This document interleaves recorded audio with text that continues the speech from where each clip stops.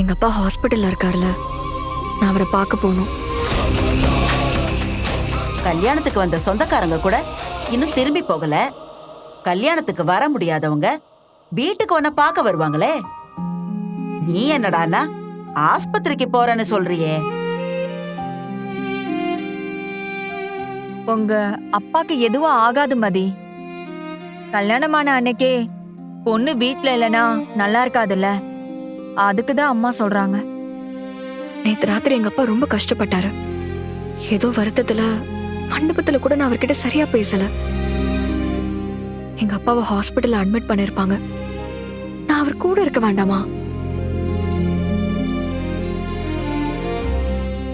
நாங்கெல்லாம் இருக்கோம்லம்மா, நாங்க பாத்துக்கிறோம்.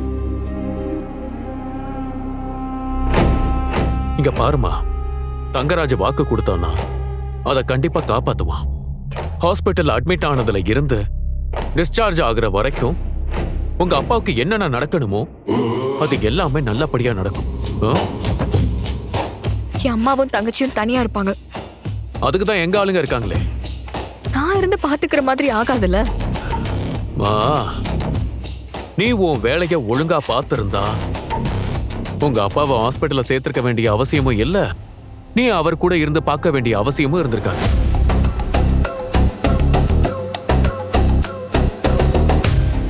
அப்பாவுக்கு உடம்பு சரியில்லைன்னு வருத்தப்பட்டு பேசுற பொண்ணுகிட்ட யாராவது இப்படி பேசுவாங்களா?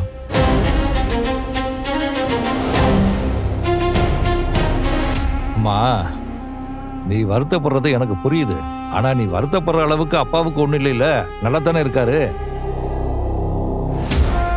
ஆமா, நல்லா சாப்பிட்டு எல்லார்கிட்டயும் பேசலாம் செஞ்சாரே. அத்த, ஒரே நிமிஷம். இப்ப என்னம்மா, உங்க அப்பா எப்படி இருக்காருன்னு உனக்கு தெரிஞ்சுக்கணும், அவ்வளவுதானே? ஒரே நிமிஷம்.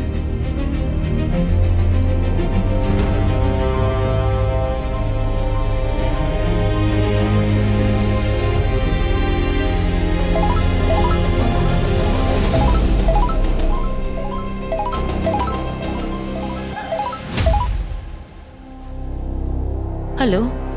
ஊர்ல ஏதாவது பிரச்சனைனா உங்க பொண்ணு தைரியமா இருக்கா. ஆனா தான் குடும்பத்துக்கு ஒரு பிரச்சனைனா பயந்து போறா. அப்பாக்கு என்னாச்சோன்னு பதறா. கல்யாணம் ஆன அன்னைக்கே ஹாஸ்பிட்டலுக்கு போக வேணாம் நாங்க சொல்றோம், கேட்கல. சரி, அப்பாவை நாங்க பாத்துக்கிறோம்னு சொன்னாலும் கேட்கல. அதுக்கு தான் உங்களுக்கு போன் பண்ண கொடுக்குறேன், பேசுறீங்களா? கொடுங்க சார்.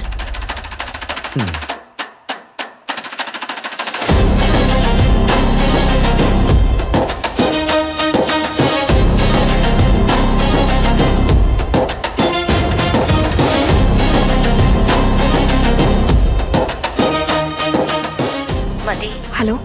இப்பதானே நீ அந்த வீட்ல காலடி எடுத்து வச்சிருக்க, அதுக்குள்ள இங்க வரணும்னு சொல்லிட்டு இருக்க. அப்பா எப்படி இருக்காரு? அவருக்கு என்ன ட்ரீட்மெண்ட் போகுதுன்னு நான் தெரிஞ்சுக்க வேண்டாமா? மண்டபத்துல இருந்து நேரா நாங்க ஹாஸ்பிட்டலுக்கு தான் வந்தோம். நாங்க வரதுக்கு முன்னாடியே தங்கராஜ் சாரோட ஆளுங்க வந்துட்டாங்க.